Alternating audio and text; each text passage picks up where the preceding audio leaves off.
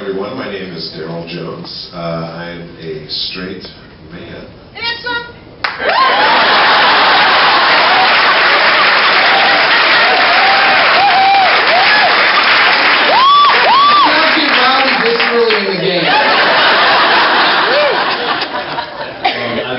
It's always been a dream of mine to be on Oprah, so first of all,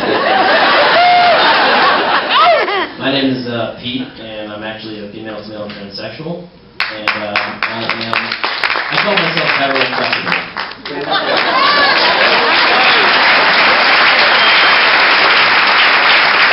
I'm Marcia Craig, and I am bisexual.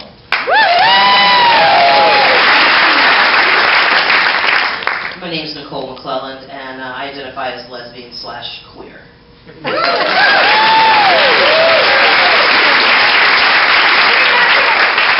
So thrilled to have them here. And before we actually get into our talk, we got to dance.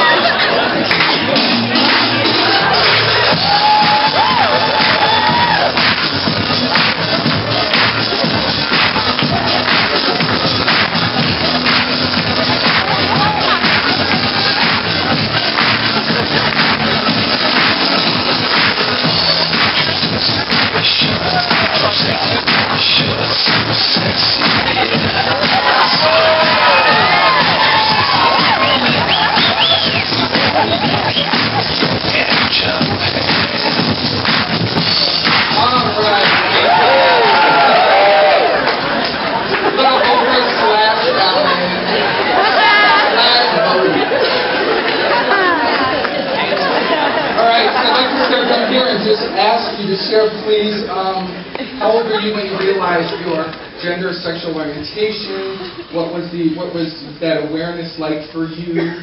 What did that feel like? Any story about as you awakened to your identity? I realized that I was a little different from the other girls when I had a crush on my second grade teacher. She was great. So I knew I was different in second grade. I had a kind of traumatic experience when I was in kindergarten where I was teased relentlessly for some orthopedic shoes I had to wear for a while. I thought they were cute, but nobody else did.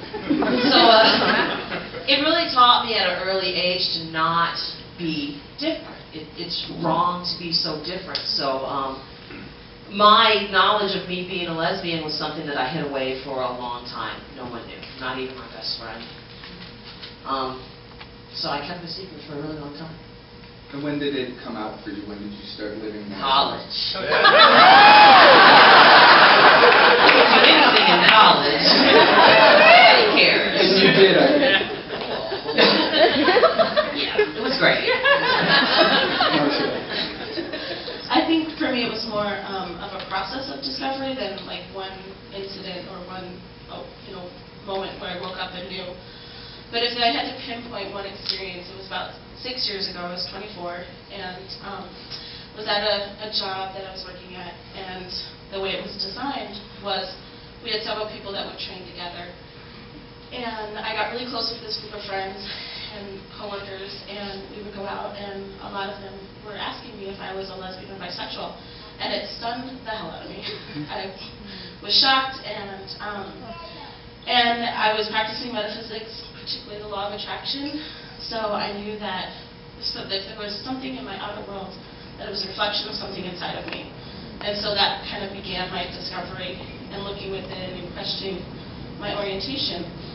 And then in that discovery, I remembered times, probably the first incident where I blocked it or shut myself down to the possibility of being open to both genders was when I was 12.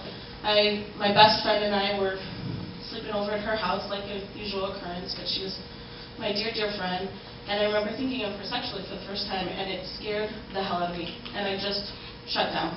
I didn't want to lose her friendship, and plus at the time I was a Mormon, and so there was a whole belief system around what that meant and what that looked like. And so I just shut it down, and it wasn't until 6 years ago that I allowed myself to look at it, explore it, own it, and live it.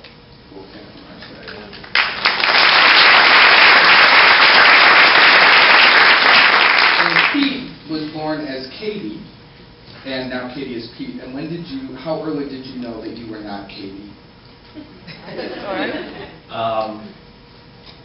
I mean, I've identified male my whole life. I think the first time my parents noticed me calling myself he and stuff was probably 3.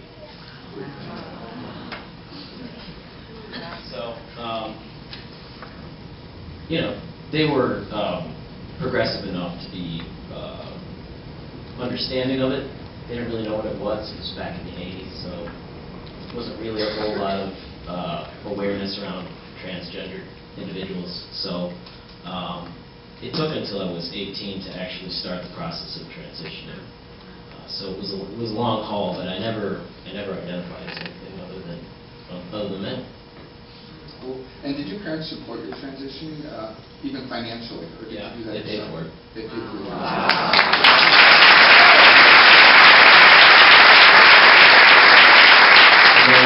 They now run a support group for LGBT individuals and allies up in Madison, Wisconsin.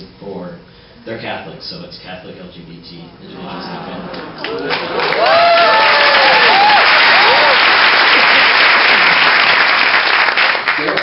I guess I realized that I was a straight man.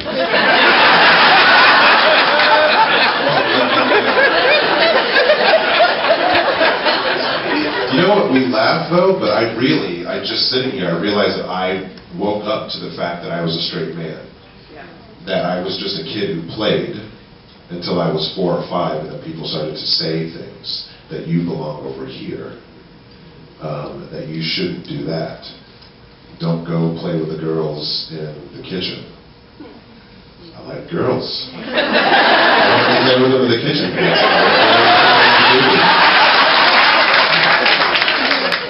So just sitting here, I realized that there was an awakening, even to, you know, we connect our identity with our physical body, but there was an awareness of energy, I guess, if you will, of being locked or boxed in or put into a category by teachers and things like that. So there was an awakening to being a straight, hetero man, I guess. Yeah. And we talked about this earlier, and you'll learn about this if you attend the workshop this afternoon with Richard Friend, that actually I decided for you that one of the ways you identify relationally is feminine. That we can identify gender, we can identify orientation, and we identify relationally. So you are relationally more feminine in nature. So that also was confusing to you because you enjoyed hanging out with the girls. Yes, I enjoyed talking on the phone until 3 in the morning. He's the perfect straight man.